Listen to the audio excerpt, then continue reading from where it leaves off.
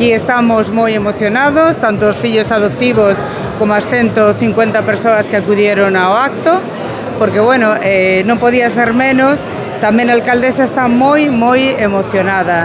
Son tres figuras emblemáticas nas súas disciplinas, pois que aportan ao patrimonio inmaterial de Teo, pois eso, a condición de que levan Teo, son unos magníficos embaixadores, o levan por todo, o nome de Teo por todo o mundo.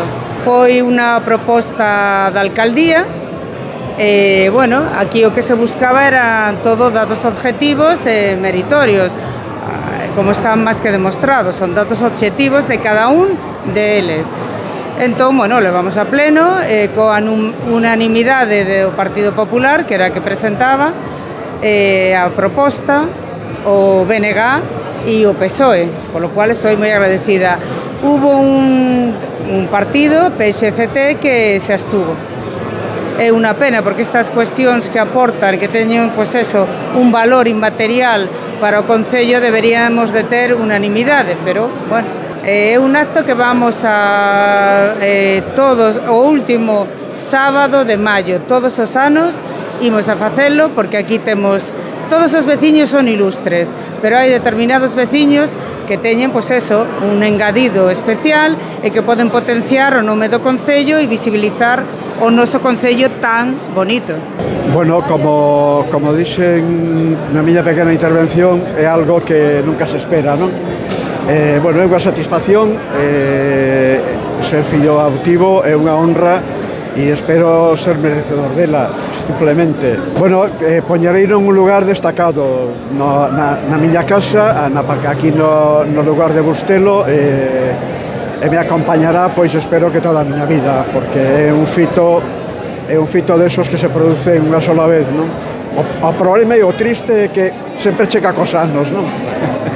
Pois síntome moi feliz, síntome moi honrada, porque que o concello onde vives desde relativamente hai pouco tempo, porque levo 14 anos aquí, pero que che dean así como un recoñecemento, aparte alguén como a min que traballa dun eido así, bueno, pois na cultura, no teatro, en actividades que dá gusto que se valoren desta maneira. Entón levo moi ben, moi contenta. Mira, ti, iso é porque vou maior xa, entonces levo moitos anos de traxectoria e sempre, dedicándote ao que te dedicas, sempre estás moi en contacto coa xente, non? E coas cousas que van, pois, o esencial da xente, cousas que teñen que ver como somos, o ser humano, coas facetas máis, pois, o que decía, non? Máis creativas, máis para transformar o mundo nun mundo mellor. Claro, porque é a miña casa. E como, claro, eu en Fene fui onde nacín, no Concello de Fene, e teño moi boa relación e moito cariño polo Concello de Fene, pero este foi o Concello no que eu escollín vivir. Entón, claro, que desde o Concello onde escolliches vivir, pois che nome en filla adoptiva e teñan esta deferencia, levas nun lugar moi especial, porque ten máis que ver pois iso, co recoñecemento, co agarimo e tamén co recoñecemento a unha traxectoria. Por iso o levo tan ben. Pareceume extraordinario desde todos os puntos de vista, especialmente pola afluencia de veciños, e eso que nos limitaron esta afluencia. Por qué? Porque este local ten unha capacidade e nada máis.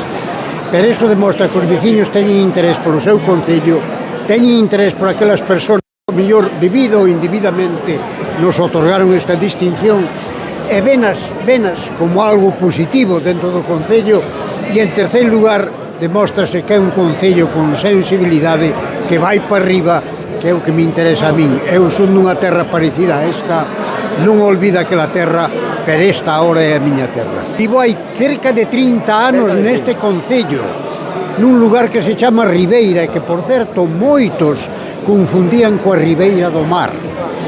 Non timos aínda esa fortuna de que aquí chega o mar, pero si temos a fortuna de que si chega o río Ulla, que é un gran abrazo físico que realmente enlaza os concellos de Taboada, onde eu nacín, e o concello de Teo, polo que pasa hermanándolos. Por lo tanto, válnos de consuelo. Non tímolo mar, pero tímolo río ilustre. A redención da boa nazón de Breogán, nazón de Breogán.